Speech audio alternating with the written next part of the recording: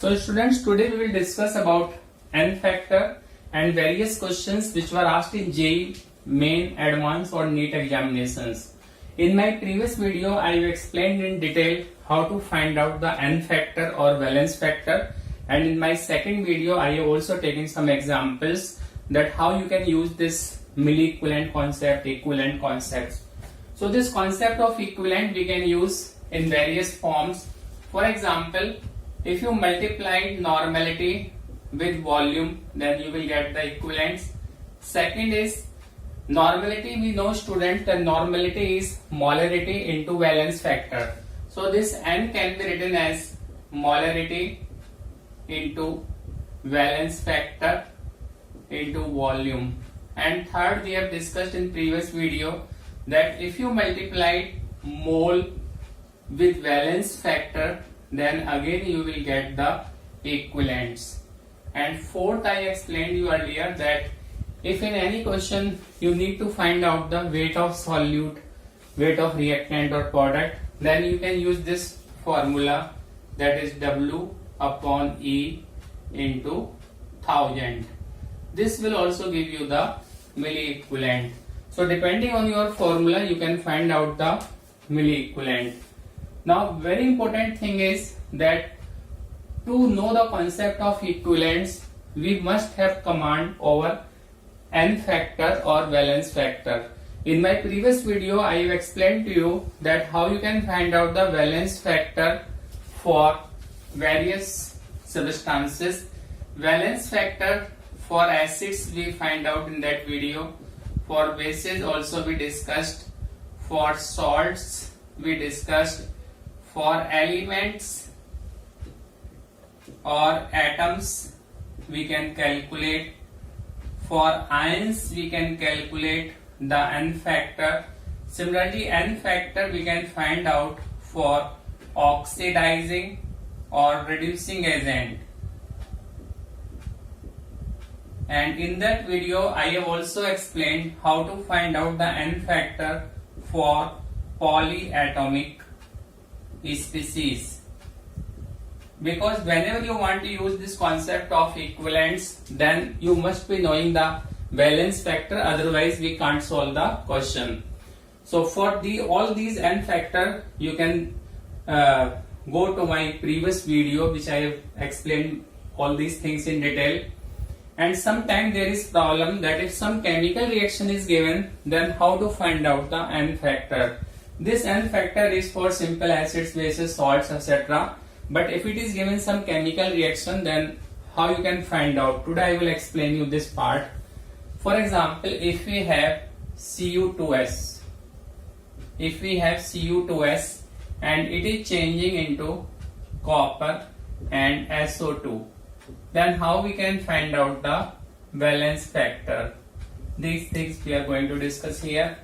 Students, in this compound, copper is in +1 state, sulfur is in -2 state. So when copper from +1 convert into this copper, here oxygen state is 0, here oxygen state of sulfur is +4. It means copper from +1 is getting converted to 0, and we have 2 copper, again we have to write 2 here.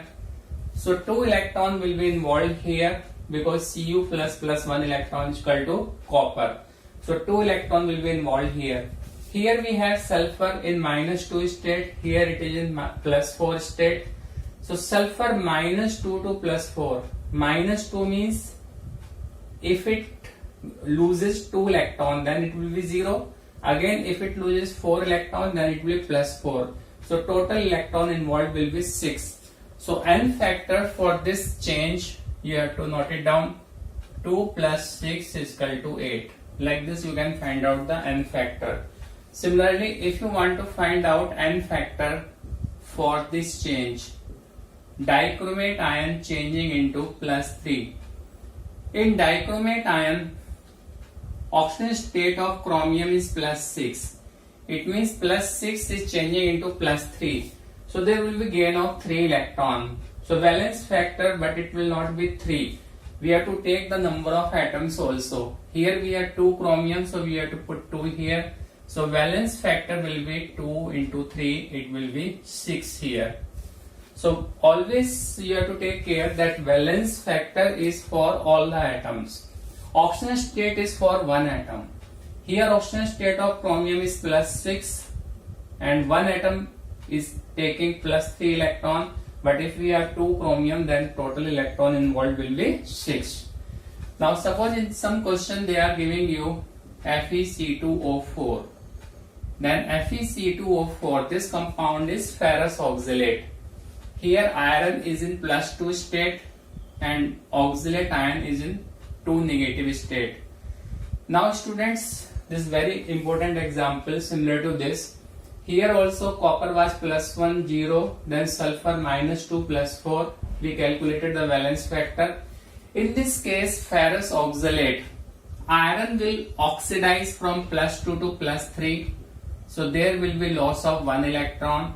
And oxalate of iron, it convert into CO2. We have 2 carbon, so it will be 2 CO2. In this oxalate of iron, if you find out the oxidation state of carbon, it will be +3. In CO2, oxidation state of carbon will be +4. It means 2 carbon from +3 they are changing into +4. So 1 electron with Fe, 2 electron with this. So total valence factor will be 1 + 2 is equal to 3. Like this you can find out the valence factor. And earlier also I explained very important example to you that MnO4 negative, it can convert into Mn+2, it can convert into MnO2, or it can convert into MnO4 2 negative. This is in case of acid medium. Here you need to remember, this is in basic students or neutral medium, and this is in highly basic. If it is highly basic, then it will be MnO4 2 negative. Here Mn is present in +7 state, so +7 to +2, 5 electrons are involved and factor will be 5. Here in MnO2, Mn is present in +4 state, so +7 +4 it will be 3. Here Mn is present in +6 state, so +7 +6 and factor will be 1.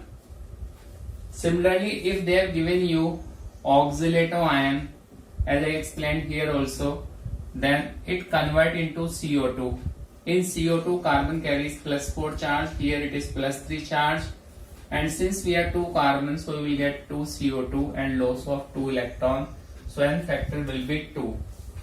And students, very important thing you need to remember that valence factor depends upon type of chemical reaction.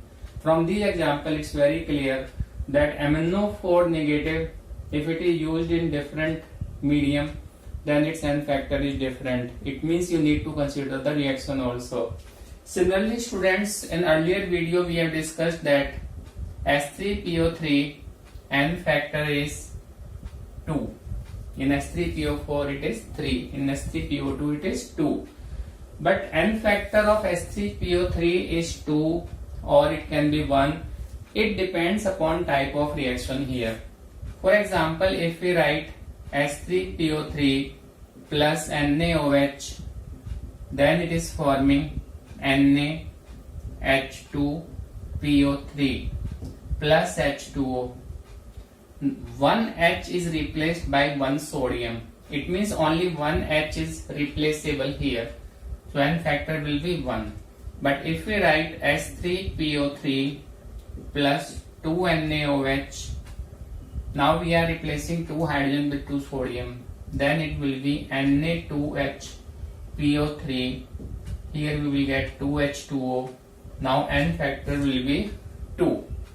Similarly, if you take aluminium hydroxide, if we consider by normal concept for bases, then valence factor N factor for AlOH3 will be 3. But suppose AlOH3 react with HCl and the chemical reaction takes place, AlOH2Cl plus H2O. It means one OH is replaced by Cl. So in this case n factor will be 1. So you have to consider the chemical reaction, otherwise your question will be wrong.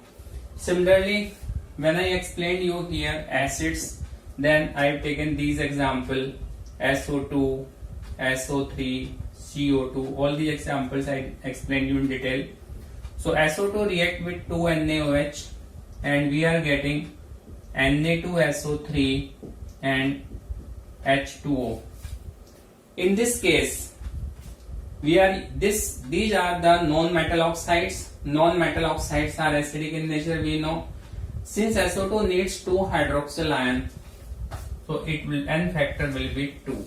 Similarly, if you react with this, then in this case we will get Na2SO4 plus H2O.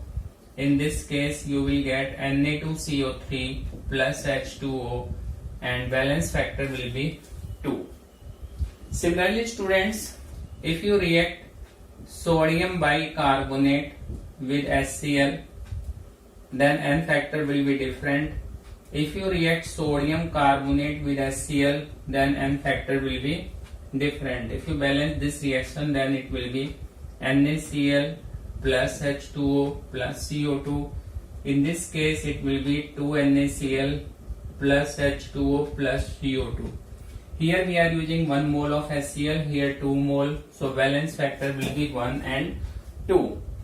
So what care you have to take, that first you have to understand how to calculate N factor, valence factor for normal acids, bases, salts, elements, ions, oxidizing, reducing and polyatomic species. And after that you have to get proper command over such type of examples. If these examples are given, FeC2O4 is given, then you have to consider Fe as well as oxalato, both ion you have to consider. If you consider only Fe, then you will say valence factor is 1. If you consider only oxalato ion, then you will say valence factor is 2. But here you have to take into consideration Fe as well as oxalato ion, and total valence factor per molecule you have to consider. So I explained all these points to you because these are used in various questions. So in today's class I have taken some questions from 2019, last year JEE questions. This was asked in 2015, this was asked in 2011. And student, these compounds are given here like FeC2O4, Fe2C2O4 whole thrice. Okay, so it means we need this knowledge to solve all these kinds of questions. Now we will discuss these questions. We will take some example from here.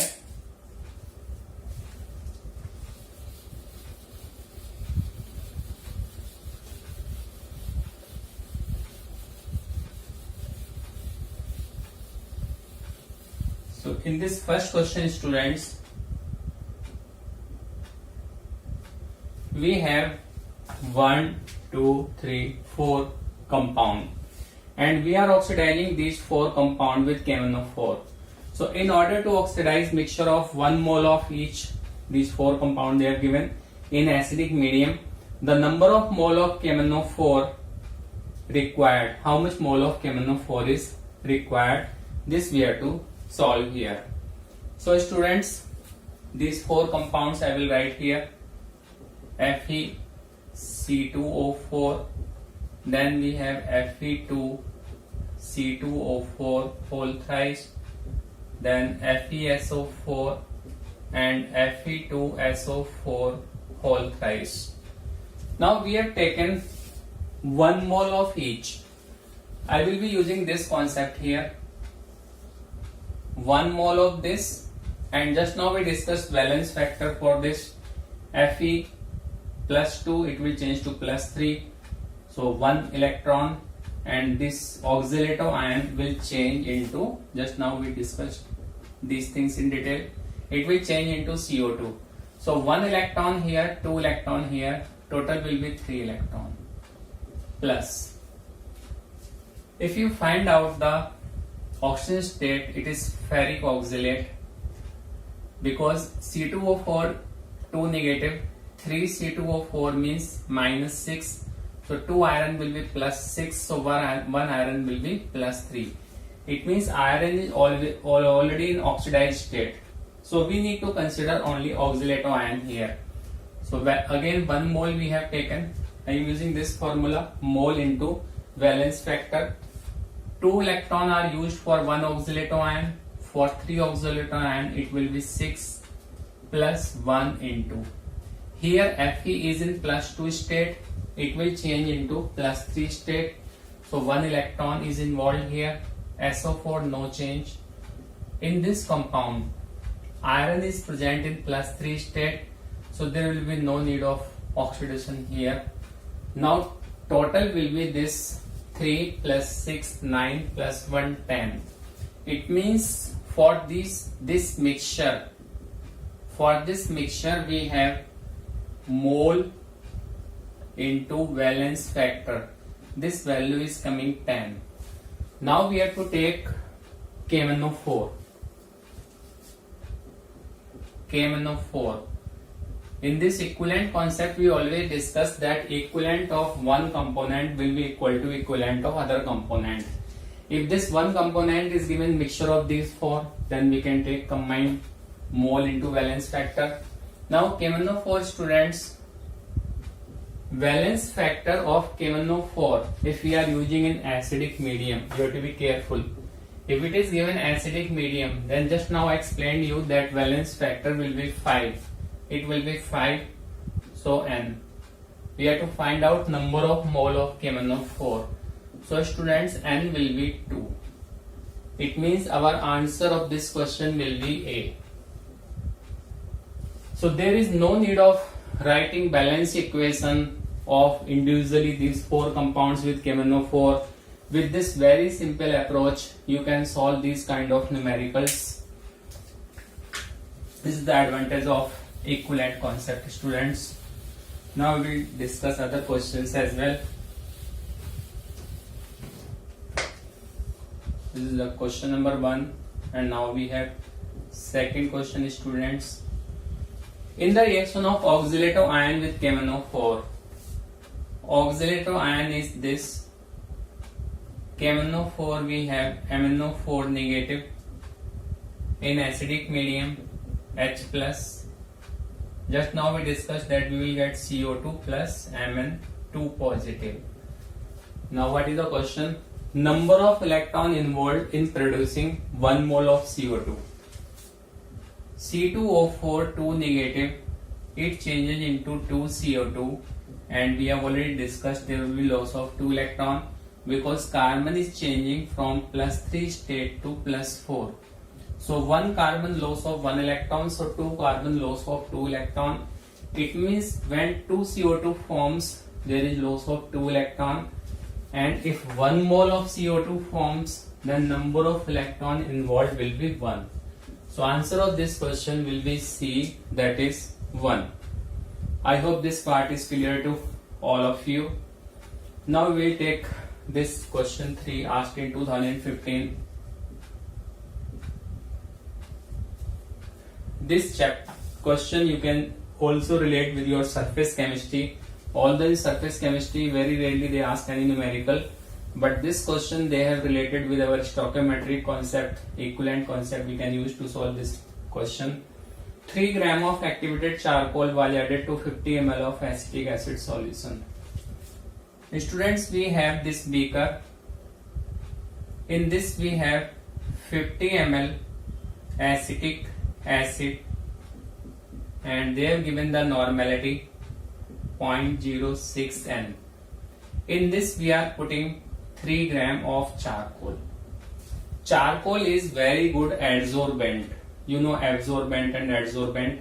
So charcoal is very good adsorbent. When we put this 3 gram of charcoal here, then what it will do?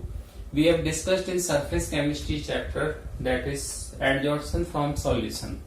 And if you put adsorbent in acetic acid solution, then adsorbent will adsorb solute from the solution. It means our charcoal will adsorb acetic acid from the solution. And if charcoal adsorbs acetic acid, then what will happen? this normality or concentration of this acetic acid solution will decrease because some of the acetic acid is being adsorbed by charcoal. So this adsorption from solution concept is involved here. Now they are saying that 3 gram of activated charcoal was added to 50 ml of acetic acid. Acetic acid normality they are given. With this normality and volume you can find out the equivalents. And after an hour, we waited for 1 hour, and after 1 hour we filtered this solution, and after filtering this solution, what happens? Whatever acid is adsorbed by the charcoal, that will get separated, and remaining solution we can titrate to find out the concentration. So after an hour it's filtered and the strength of filtrate was found to be 0.042 N. Now final normality is this. Now they are asking amount of acetic acid adsorbed. How much acetic acid is adsorbed by 1 gram of charcoal? So students, we can solve this problem with the help of this equivalent concept. Initially this acetic acid was 0.06 N. Okay. So initial equivalents we can find out. Normality into volume, this will be 0.06. Volume is 50 ml. If you multiply this, you will get 3 equivalents, 3 milliequivalents. Then final equivalent we can find out. Now final normality is 0.042. 0.042. Volume will remain 50 only. So if you multiply this, you will get 2.1. It means acetic acid adsorbed. How much acetic acid equivalents are adsorbed? It will be 3 minus 2.1. It means 0.9 milliequivalent. Now they are asking per gram of charcoal, and earlier we have taken 3 gram. So 3 gram charcoal, 3 gram charcoal adsorbs 0.9 milliequivalent of acetic acid. So per gram they are saying now. So 1 gram charcoal will adsorb, student, directly we can write 0.3 milliequivalent of acetic acid. But they are not asking milliequivalent, they are asking amount of acetic acid. It means weight of acetic acid we have to find out. Milliequivalent, you know students. Now for weight, whenever you want to find out the weight, you can use this formula. So we can write here W into 1000 upon E is equal to this milliequivalent 0.3. W weight we have to find out. Molecular weight of acetic acid is 60 and factor is 1. So equivalent weight will also be 60 is equal to 0.3. If you calculate this, then weight of acetic acid will come 0.018 gram from here, and it will be equal to, they are asking in milligram, it will be equal to 18 milligram. So our answer is this, 18 milligram. So what we did here, students, they have given us acetic acid solution. We have put 3 gram adsorbent. Initial milliequivalent we can find out, final milliequivalent we can find out. With this difference we can find out how much acetic acid is adsorbed. So they are asking per gram of charcoal. So 3 gram charcoal adsorb this much milliequivalent, so 1 gram will adsorb this much. And to find out the amount of acetic acid, amount means weight of acetic acid, I have used this formula. From here you will get this weight of acetic acid. I hope this part is clear to all of you. Now we will discuss this question. This they have asked in 2011. I will solve it here itself. The mass of potassium dichromate crystal required to oxidize this much Mohr salt. It means two compounds we have, potassium dichromate and second one is Mohr salt. The mass of potassium dichromate crystal required to oxidize Mohr salt, they have given this molarity. Now students, you have to use this formula. So according to question, you may have to use any of these four formulae. So molarity they have given 0.6. This molarity I will write 0.6. N factor. Mohr salt is ferrous sulfate, ammonium sulfate. So ferrous sulfate Fe plus 2, it changes into Fe plus 3. So and valence factor is 1 here. So molarity I have taken 0.6. They have given in the question. Valence factor is 1 and volume is 750. And students, you have to find out the mass of potassium carbonate. Mass means left hand side you can use this formula. So here I can write W into 1000 upon equivalent weight. This W, weight of potassium dichromate, we have to find out. And how we can find out the equivalent weight, students? This equivalent weight is molecular weight of potassium dichromate is 294, and as we discussed earlier that here dichromate ion changes into chromium plus 3. So valence factor is 6 here. So equivalent weight will be 294 divided by 6. So if you take this value of equivalent weight here, from here you will get the milliequivalent of Mohr salt. Then W you can calculate. This W will be weight of K2Cr2O7. If you calculate, it will come 22.05 gram. It means we have our answer C. So now students, I hope that this part will be clear to you. What you have to do, first of all, you must know how to find out valence factor for simple acid, base, salt, etc. And after that, I have explained you in my second video that how we can derive these formulae. There is no need of memorizing these formulae. Simply you can derive it whenever needed. So, and today I explained you that according to the need of question, you can use any of these four formulae. And if you solve these type of questions with equivalent concept, then it will save your time and you will get correct result. There is no need of going for balanced chemical equation because it's very time consuming, and sometimes we don't know what all products are forming in the chemical reaction. I hope you like my video. If you like it, please share and subscribe. Thanks.